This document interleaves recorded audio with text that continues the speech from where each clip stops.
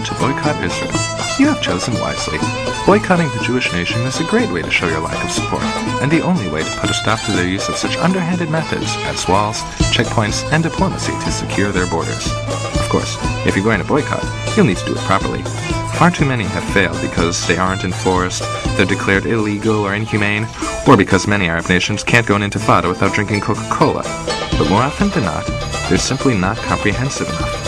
Past boycotts have only attacked companies. Sure, any company based in or doing business in Israel should be divested from, but there's more than that. The percentage of Israelis with PhDs is higher than in any other country, and these members of the Jewish intelligentsia produce more scientific publications per capita than any other nation, glutting the world with their scientific discoveries and inventions and propaganda. A truly effective boycott must attack these products as well. The following is a short list of do's and don'ts that will help ensure your day-to-day activities do not funnel money into the Israeli war machine. When buying a computer, be sure to buy one that does not have an Intel microchip or microprocessor, as these were invented in Israel. This includes all laptops made in the 20th century. Do not use a computer running the Windows NP, XP, or Vista operating systems developed by Microsoft Israel. Likewise, do not use the latest version of Microsoft Office. Once you've set up your Xeon-free computer, be sure to disable all firewalls and virus protection software, which the IDF invented to stop freedom-fighting hackers. Do not use cell phones. These were invented in Israel, and with every call you make, the Jewish nation gets wealthier. If you absolutely must use cell phones, do not use the camera phone function, as the camera chip is also an Israeli invention. Likewise, do not use voicemail.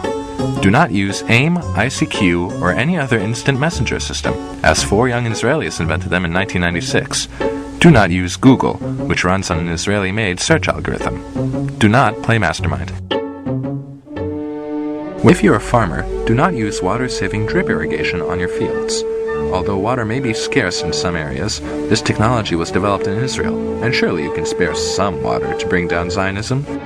Do not drive or support hybrid or electric cars, as Israel has invested millions into green technology, and is even considering installing an electric car grid over the entire nation.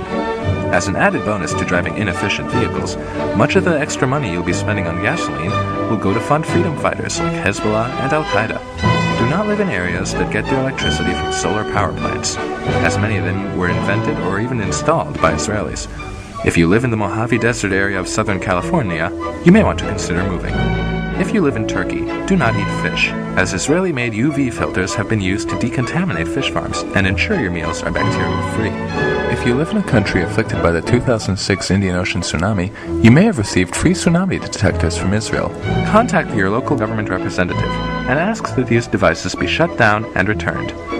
If you are involved in street gangs, organized crime, or freedom-fighting groups yourself, do not use Uzis or Desert Eagles. There are plenty of American-made weapons easily available to aid in your elimination of the Jewish state and its inhabitants. However, note that the United States military receives much of its ammunition from Israeli manufacturers. Therefore, do not serve in the United States military. Don't let politically correct liberals fool you. The stereotype of the greedy and talented Jewish doctor is tried and true. Here are some ways to ensure that Israeli medicine men don't profit from healing your sickness. When receiving medication while hospitalized, make sure the doctor writes the prescription by hand on paper, and that no computers are used to ensure proper administration of drugs. This system was designed by Israel, and the lives it saves are thus responsible for the suffering of hundreds of healthy Palestinians. Doctors, do not use Givun Imaging's swallowable camera pill to assist in getting gastrointestinal diseases diagnosed. Patients, do not swallow such a pill. Do not install baby sense monitors to prevent sudden infant death syndrome. Do not use the clear light method to treat acne. Soap and water will do just fine. Do not use the drug Copaxone to fight multiple sclerosis. Soap and water will do just fine. Women, please insist on using methods that require radiation for diagnosing breast cancer, as the fully computerized radiation-free alternative is an Israeli device. Doctors, do not inform your patients of the existence of this alternative. Do not donate money or blood at drives organized by a branch of the International Committee of the Red Cross. In 2006, they accepted Israel and Magen David Adom into their organization, despite the valiant efforts of Red Crescent to prevent this over the years. If you develop a heart problem, insist that your medical practitioner not install cardiac stents to keep your blood flowing, or use a new device that helps to heart pump blood, or any other treatments, as many have been developed by Israelis. In fact, It may be preferable to eat right, exercise, and avoid smoking to ensure your heart will stay healthy, and to ensure no Jews get a chance to profit from saving your life. If your children have heart conditions and you cannot afford surgery to save them, do not let Israeli charitable organizations like Shevet Achim or Save a Child's Heart provide them with free medical treatment. Though they will fly your child to Israel and have cardiologists operate on him or her there, and though they offer this service to all children, including those in Arab nations and Palestine, you must be stronger. This is how they install Zionist propaganda in your hearts and mind that depict Israelis as humanitarian and caring, which you know is not true. 2. Buy conflict diamonds. Israel was the first nation to adopt the Kimberley process to ensure diamonds do not come from conflict regions. By buying blood diamonds, you are making a political statement against the actions of the Israeli government, as well as a fashion statement of looking stylish. Lastly, if you are a survivor of Hurricane Katrina, floods in Romania, the Southeast Asian tsunami, the war in Kosovo, famine in Ethiopia, and the earthquakes in Turkey, India, and El Salvador, or if you live in Sri Lanka or the Palestinian territories, you may be alive due to humanitarian aid from the Israeli government paid for by taxes on Israeli citizens or from the actions of Israeli charities like Brotherly Covenant, Latet, or IsraAid. Please kill yourself.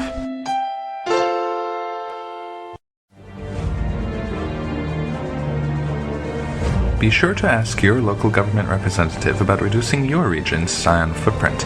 Also, ask administrators at your local colleges and universities to cut ties with academics in Israel. For more information, look for one of the many anti-Israel sites on the internet or the hundreds of anti-Israel groups on Facebook. We hope you found the information in this guide useful and wish you good luck in your efforts to bring down the Jewish nation. It will not be an easy task. Israel has a firm ideological grip on the planet. They have convinced many that they are the victims, to the point that in the United States both Democrats and Republicans take pro-Israel stances. Fortunately, not everyone has been fooled.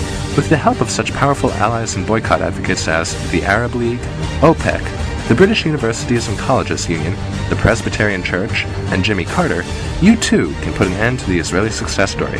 After all, Israel is the 100th smallest nation in the world, has no oil or precious resources, a terrible job market, and nearly all of their tax dollars are spent on military defense and humanitarian aid. They can't keep that up forever, and with the help of dedicated divestors such as yourself, perhaps one day the world can be free from Israel and go back to the way it was before.